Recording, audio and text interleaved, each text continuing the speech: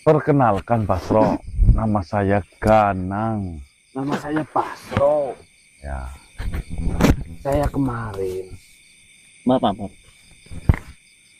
dijumpai oleh Tuan Martaji.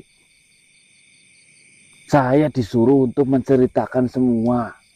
Sebenarnya Tuan Martaji sudah saya ceritakan semua yang saya tahu mengenai Laranggriyo. apa yang kau tahu sebenarnya? Bagaimana ya saya menjelaskan? Kalian jangan nekat. Nekat gimana Basro? Laranggriyo itu ada penguasanya. Ya saya Kalian paham. malah mengajak debat dengan salah satu bagian dari penguasa di Laranggriyo. Lalu kalau nggak ada yang berani mau sampai kapan?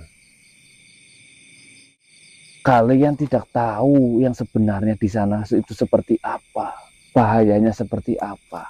Mungkin kalian mampu, namun kalian tidak tahu yang sebenarnya itu seperti apa.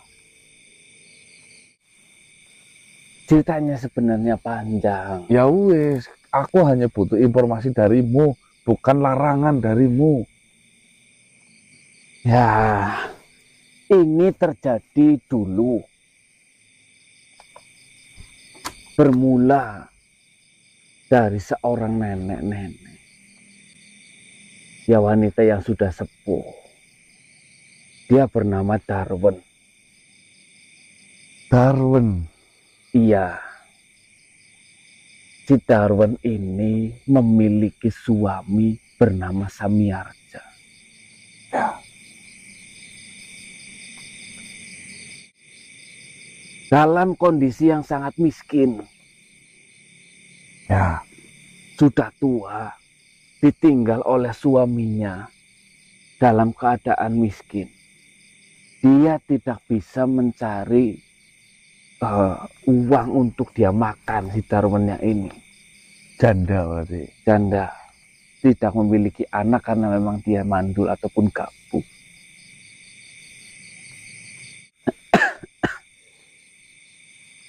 Karena sering mengambil hasil bumi yang ada di Laranggriyo itu, mungkin salah satu juragan itu geram dengan perbuatan dari nenek Darwin. Ya. Salah satu juragan yang sangat-sangat tidak terima hasil buminya itu selalu diambil adalah juragan Simin. Baik, Juragan Simin. Saking geramnya dia tidak peduli. Walaupun si nenek Darwin itu miskin, seorang janda dan sudah tua. Juragan Simin mengabarkan kepada warga, hei para warga, ternyata selama ini yang mengambil hasil bumi yang ada di Laranggriyo ini adalah nenek Darwin. Entah bagaimana caranya Juragan Simin itu kayak membakar emosi dari para warga. Semuanya emosi. Waktu itu Juragan Simin itu berbicara malam hari, pagi-paginya nenek Darwin benar-benar ditangkap, diarak oleh warga. Berkeliling kampung hanya menggunakan kemben untuk menutupi kemaluannya dia saja. Setega itu para warga, ya mohon maaf, saya juga waktu itu ada di sana ikut mengarak. Ya. Mungkin ini kesalahan kami juga. Setelah itu nenek Darwin dibawa ke tengah-tengah Laranggriyo. Juragan Simin mengatakan, nenek Darwin, lihat semua hasil bumi di sini habis diambil oleh kamu setiap hari.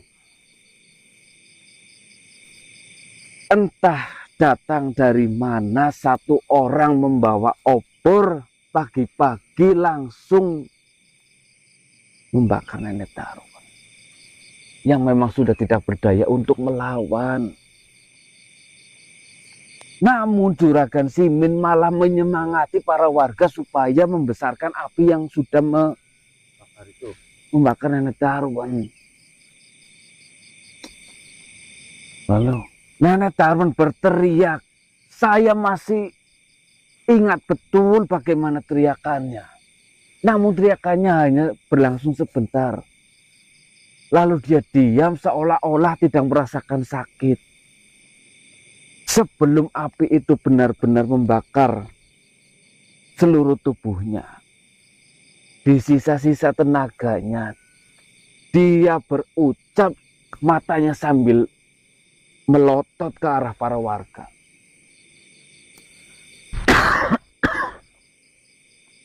Dia mengucap, saya bersumpah siapa saja yang makan dari hasil tanah yang pernah saya ambil di sini, baik sang pemilik tanah maupun orang yang tidak tahu apa-apa, saya pastikan dia akan terkena malak.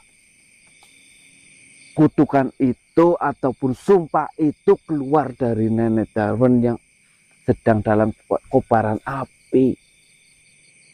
dan itu benar-benar terjadi nyata. Itu benar-benar terjadi nyata. 1 bulan setelah Nenek Darwin mati karena terbakar, setengah bagian tubuhnya sudah gosong. Tanah di Larang Griyo ini gersang manusia. Benar-benar tidak ditumbuhi satupun tanaman, bahkan rumput saja tidak mau tumbuh di sana. Hanya tanah gersang, sedangkan di wilayah lainnya berbatasan dengan Larang Griyo subur. Itu berlangsung sudah ratusan tahun. Ya, baik. Lalu Lama-kelamaan keluhan datang, terutama dari juragan-juragan yang memiliki tanah di Larang Griyo. ya, Para warga pun bingung, karena sebagian para warga itu ada yang bekerja dengan juragan-juragan yang memiliki tanah di Larang Griyo. Berapa bulan kemudian timbullah solusi dari tetua ataupun sesepuh di desa. Namanya Sesepuh Lebeng. Sesepuh mengatakan, saya mungkin akan bisa mengembalikan tanah ini supaya bisa dimanfaatkan kembali. Sesepuh menumbalkan sesuatu di tanah Larang Griyo. Dan terjadi musyawarah antara sesepuh dengan dayang-dayang yang ada di Larang Griyo. Dari hasil musyawarah itu, ada satu penengah bahwasanya tanah Larang Griyo bisa akan subur kembali dan bisa dimanfaatkan kembali. Namun setelah 10 tahun setelah perjanjian itu dibuat ataupun penumbangan itu dilakukan oleh sesepuh. Dan itu berhasil. Tidak sampai 5 hari sudah mulai ada tumbuhan yang tumbuh berwarna hijau di Larang Griyo. Larang Griyo itu. Namun dengan catatan, Boleh ditanami oleh para warga. Namun hasilnya setelah 10 tahun kemudian baru bisa dinikmati hasilnya. Selama 10 tahun itu tidak boleh diambil ataupun dimakan. Ya. Hanya boleh ditanam-tanami saja. lalu sekarang apa? Belum sampai 10 tahun. Itu dia. 10 tahun sudah berlalu, namun sampai detik ini seolah-olah kutukan itu masih berjalan. Lah, Mbah Lempengnya di mana? Saya akan melanjutkan cerita Baik. supaya ini nyambung oleh kalian. Ya, 1 bulan setelah penumbalan itu dilakukan oleh sesepuh, beliau meninggal, mati dengan kondisi jasadnya yang sangat mengenaskan. Dada dan wajahnya menghitam. Bahkan di beberapa bagian tubuh seperti hampir meletus manusia.